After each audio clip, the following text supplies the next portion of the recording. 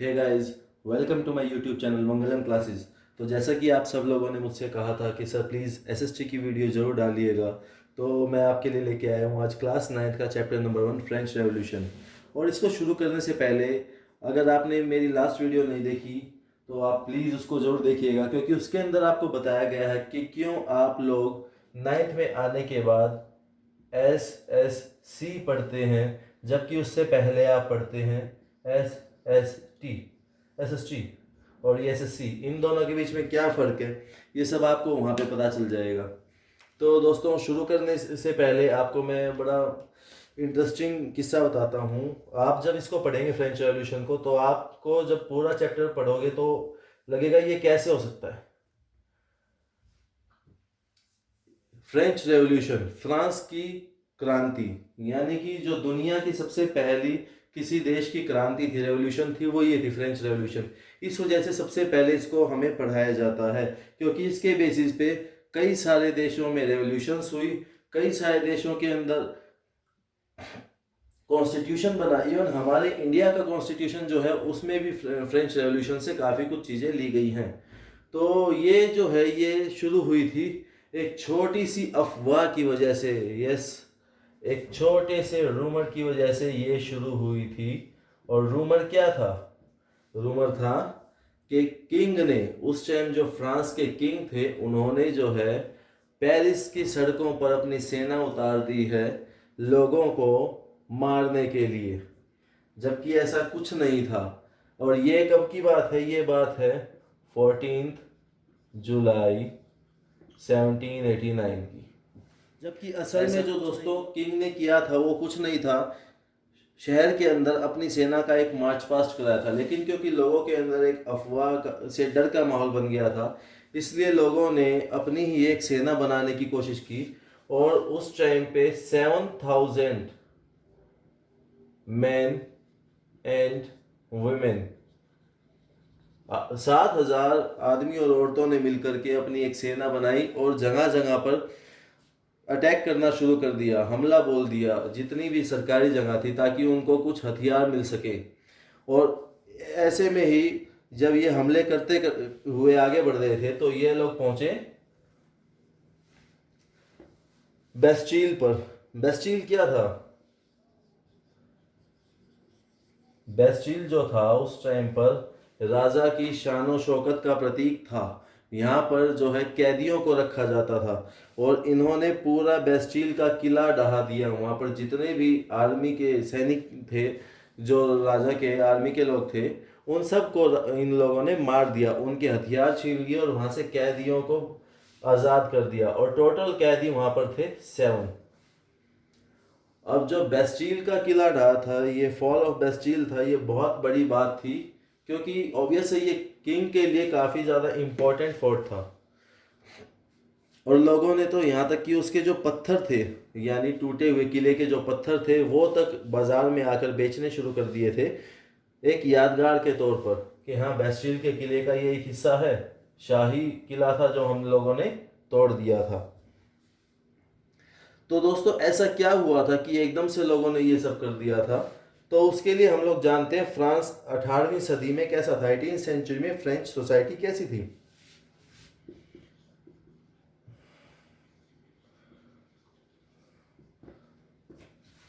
अब इसके अंदर क्या हुआ, फ्रेंच सोसाइटी को 3 एस्टेट्स में बांटा गया था: क्लर्जी, नोबल और पीजेंट। तो इसमें क्या हुआ, ये फर्स्ट और सेकंड तो थे आपके क्लर्जी और नोबल, और थर्ड एस्टेट था आपका पीजेंट्स का। क्लर्जी के अंदर सारे शाही लोग आते थे जो चर्च से जुड़े हुए थे, नोबल के अंदर भी शाही लोग थे, पीजेंट्स में आम लोग आ जाते थे। और क्या हुआ, उस समय पर जो बर्बन डायनासिटी के जो राजकुमार थे, कौन थे उस टाइम? लुइस 16। मैं यहाँ लिख देता हूँ ताकि क्लियर रहे, आपको भूलो ना।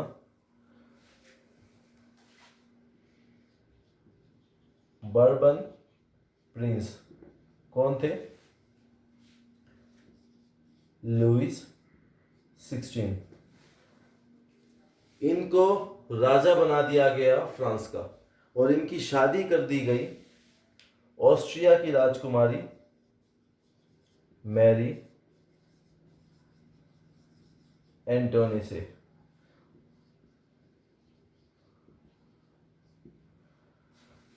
तो जब इन्होंने राजगद्दी को संभाला, जब इन्होंने फ्रांस का किंगडम संभाला, तो इनको वहाँ का जो ट्रेजर था यानी वहाँ का जो खजाना था वो खाली मिला। अब खजाना खाली मिला, उसके बाद लुई 16 ने एक गलती और कर दी। वो क्या की इन्होंने, जो सबसे बड़ी गलती इन्होंने अलग से एक और की, वो क्या की, अमेरिका के जो 13 स्टेट्स थे उनको हेल्प की ब्रिटेन से आज़ाद कराने में। और इस चक्कर में फ्रेंच किंगडम के ऊपर 10 बिलियन लिवर्स का कर्जा और हो गया। ये लिवर्स जो थी उस टाइम पर फ्रांस की करेंसी थी, जो कि बाद में जाकर बंद कर दी गई थी। तो दोस्तों इससे एक चीज और निकल के आती है कि जो फ्रांस की करंट में जो करेंसी है उसका नाम क्या है। तो फ्रेंड्स उसका नाम है फ्रैंक। जी, फ्रैंक है फ्रांस की करंट करेंसी। तो हम वापस चलते हैं अपने टॉपिक के ऊपर। जो इतने इनके ऊपर कर्जे हो गए थे, 10 बिलियन तो इनका अब हो गया था लड़ाई में साथ देने की वजह से। 2 बिलियन इनके पास पहले से ही कर्जा था, इनको देना था। टोटल इनको 12 बिलियन लिवर्स का कर्जा हो गया। और जिनसे इन्होंने ये पैसे लिए थे वो अब इनसे 10% इंटरेस्ट मांगने लगे। रेट ऑफ इंटरेस्ट उन्होंने 10% कर दिया। अब मजबूरी में इसके अलावा इनको क्या समस्या आई कि जो वर्सेल्स, जो इनका महल था, वर्सेल्स का किला था, उसका साजो सामान, रख रखाव, आर्मी, जो इनका शाही रहना सहना था, लग्जरियस लाइफ थी, उन सब के चक्कर में इनका काफ़ी खर्चा पहले ही होता था और ऊपर से अब इनके ऊपर ये कर्जा भी हो गया था। ये सब के चक्कर में जो भी इनकी कमाई हो रही थी वो लगभग सारी ही कर्जा उतारने में जा रही थी, और कर्जा भी कहाँ, सिर्फ और सिर्फ इंटरेस्ट देने में जा रही थी। तो आखिरी में इनको क्या करना पड़ा, इन्होंने मजबूरी में टैक्स बढ़ाने का फैसला किया। अब प्रॉब्लम क्या थी, जो फ्रेंच सोसाइटी थी मैंने आपको बताया था 3 पार्ट्स में डिवाइड थी, क्लर्जी, नोबल और पीजेंट। अब ये देखिए इसके अंदर प्रॉब्लम क्या थी। क्लर्जी और नोबल थे, इनको कोई भी टैक्स नहीं देना था, नो टैक्स, और सारा टैक्स देना था पीजेंट्स को, ऑल टैक्सेस। अब पीजेंट्स जो थे इनकी फ्रेंच सोसाइटी के अंदर 90% थे, वो थे किसान थे ज़्यादातर, बाकी छोटे मोटे काम भी करते थे लेकिन किसान भी थे। अब 90% किसान तो थे, लेकिन इसका मतलब ये नहीं है कि सबके पास अपनी ज़मीन थी। इनके अंदर से सिर्फ कुछ 1% लोगों के पास ज़मीन थी। ज़्यादातर क्लर्जी और नोबल के पास ज़मीन होती थी, और इसके अंदर जो रिच पर्सन्स होते थे, अमीर लोग होते थे, उनके पास ज़मीन थी। तो इनको प्रॉब्लम आ रही थी कर्ज चुकाने के अंदर, और इसीलिए इन्होंने इस किंग के अगेंस्ट जाने का फैसला किया। और ऊपर से नोबल और क्लर्जी यानी चर्च और नोबल्स, इन सबको बर्थ राइट मिला हुआ था, इनके सारे काम जो है इनकी सेवा करेंगे ये थर्ड स्टेट के लोग, पीजेंट, कॉमन पीपल। और इन लोगों की मर्जी है ये इनको कितना मेहनताना देंगे, कितना इनको पैसा देंगे काम करने का। कुल मिला के this both were born with the silver spoon. तो इस वजह से और ज़्यादा समस्याएं बढ़ती जा रही थी। ऊपर से चर्च ने अलग टैक्स लगाए हुए थे, नोबल ने अपने हिसाब से अलग टैक्स लगाए हुए थे। इस चक्कर में पीजेंट्स हर तरह से परेशान थे। तो जो बेस्टिल का किला इन्होंने ढाया था, उसके बाद क्या हुआ, छोटे छोटे जो लड़ाइयाँ थी, छोटी छोटी, उनको रेवोल्यूशन तो नहीं कहेंगे हम, रेवोल्यूशन बड़ी लड़ाई के लिए कहा जाता है। तो छोटी मोटी जो लड़ाइयाँ थी गाँव के अंदर जगह जगह पर हो रही थी, और इसीलिए हिस्ट्री लिखने वालों ने, जो हिस्टोरियंस थे हमारे, उन्होंने इन सब को इकट्ठा करके इनको एक तार के रूप में देखा, एक शुरुआत के रूप में देखा, एक बड़ी रेवोल्यूशन के रूप में। और वो बड़ी रेवोल्यूशन क्या थी? आखिरी में जब फ्रांस के राजा को भी फांसी दे दी गई थी, जबकि लोगों ने इस चीज़ की उम्मीद नहीं की थी। तो ये सब कैसे हुआ था फ्रेंच रेवोल्यूशन के अंदर, वो हम लोग देखते हैं।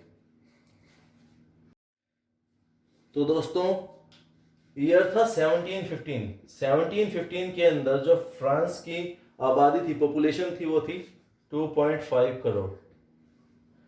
1789 आते आते इनकी जो आबादी थी वो बढ़कर हो गई 2.8 करोड़। अब हम सबको पता है जितनी ज़्यादा पॉपुलेशन होगी उतनी ज़्यादा खाने को लेकर समस्याएं पैदा होंगी। तो इसकी वजह से क्या हुआ, जो खाने के दाम थे, जो ब्रेड थे वहाँ पर, पाव रोटी जिसको हम हिंदी में बोलते हैं, उसका जो प्राइस था काफ़ी ज़्यादा बढ़ने लग गया था। अब क्या था, यहाँ पे ज़्यादातर लोग जो हैं मजदूरी का काम करते थे। अब फैक्ट्री के अंदर काम कर रहे थे, महंगाई के साथ उनके पैसे नहीं बढ़ रहे थे, प्रॉब्लम ये थी। लेकिन महंगाई बढ़ती जा रही थी और ज़्यादा समस्या कब आती थी, जब किसी साल अगर फसल खराब हो गई है, ओले गिर गए हैं, तो उस वजह से और ज़्यादा समस्या आती थी। इस वजह से अमीर और गरीब के बीच की खाई और ज़्यादा चौड़ी होती जा रही थी। अमीर और अमीर बन रहे थे और गरीब और ज़्यादा गरीब बन रहे थे। तो इसकी वजह से क्या हुआ, अब लोगों के अंदर एक गुस्सा सा शुरू होने लग गया था। ऊपर से जो टैक्स थे, इवन टैक्स आप कहेंगे सॉल्ट और टोबैको, ये डेली की चीज़ें थी, ये तो रोज़मर्रा में लोग जरूर इस्तेमाल करते थे। इनके ऊपर टैक्स लगातार बढ़ता जा रहा था, टैक्स हमेशा इनमें बढ़ता रहा था। तो इससे भी लोगों में नाराज़गी थी। तो इसके बाद क्या हुआ ऐसा कि भाई रेवोल्यूशन की शुरुआत हो गई। अब पहले भी लोगों ने अपने तरीके से रेवोल्यूशन करने की कोशिश की थी, अपोज करने की कोशिश की थी इनको, लेकिन कभी कर नहीं पाए थे। लेकिन बाद में क्या हुआ, कुछ समय के बाद जो मिडिल क्लास के लोग थे, मिडिल क्लास,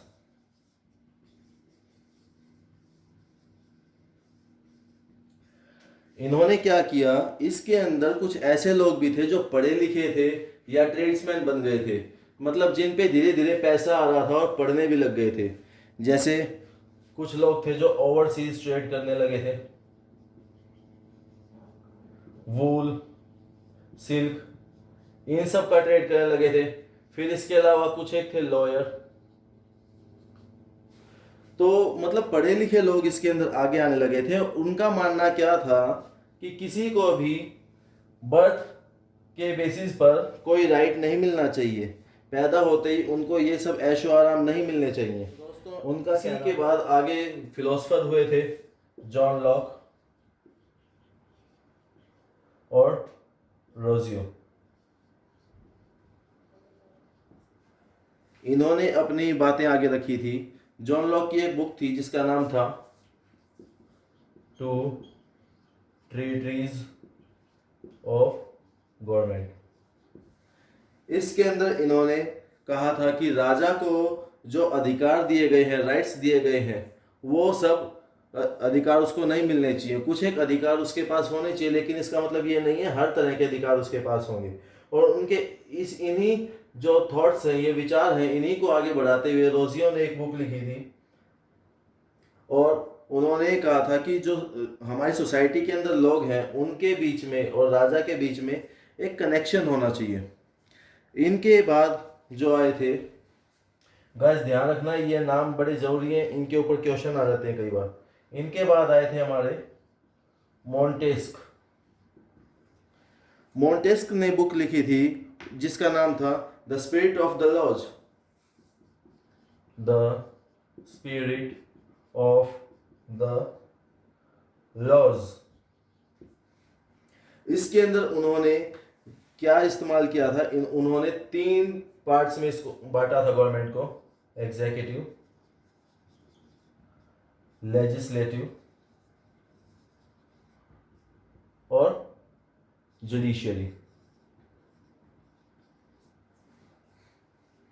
और ध्यान देना, ये जो 3 चीजें हैं ना, एक डेमोक्रेटिक कंट्री के लिए बहुत ज़्यादा ज़रूरी है। इंडियन कॉन्स्टिट्यूशन के अंदर भी आप पढ़ेंगे, आपने पहले भी पढ़ा हुआ है, लेकिन इनको सबसे पहले अपनाया था अमेरिका ने। जब अमेरिका की जो 13 स्टेट्स आज़ाद हुए थे, उन्होंने अपना कॉन्स्टिट्यूशन लिखा था, तो उन्होंने अपने कॉन्स्टिट्यूशन के अंदर इन तीनों चीज़ों को अपनाया था। जो फिलोसफर थे, उनके जो ये विचार थे, उनके जो थॉट्स थे, इनके बारे में कॉफ़ी शॉप्स और सलून्स के अंदर काफ़ी ज़्यादा बातचीत होती थी। और ये इसलिए क्योंकि सबसे ज़्यादा लोग यहीं पर इकट्ठे होते थे। और वहाँ पर क्या था, इनकी बुक्स और अखबार, पैम्पलेट्स, ये सब चीज़ें काफ़ी ज़्यादा बांटी जाती थी, जिसमें ये सब लिखा जाता था। सैलन, कॉफ़ी शॉप्स। अच्छा, वहाँ पर इन सब को, जो भी इनके विचार है ना, उनको लाउडली पढ़ा जाता था। लाउडली पढ़ने के बीच में क्या कारण था, इसका रीज़न था कि कुछ लोग ऐसे भी थे जो पढ़ नहीं सकते थे, अनपढ़ लोग थे, तो उन लोगों को भी इनके विचारों के बारे में मालूम चले, इसीलिए वहाँ पर तेज़ तेज़ बोला जाता था। तो ये था दोस्तों फर्स्ट चैप्टर, फ्रेंच रेवोल्यूशन का पहला पार्ट। और इसको सेकंड पार्ट को हम अगली क्लास के अंदर शुरू करेंगे। अगर आपको इससे रिलेटेड कोई भी क्वेश्चन, क्वेरी हो, तो आप हमें कमेंट के ज़रिए हमसे पूछ सकते हैं। उसके लिए थैंक यू। आप बताइएगा कैसा लगा मेरा पढ़ाना। ये एसएसटी का पहला टॉपिक है मेरा आज का।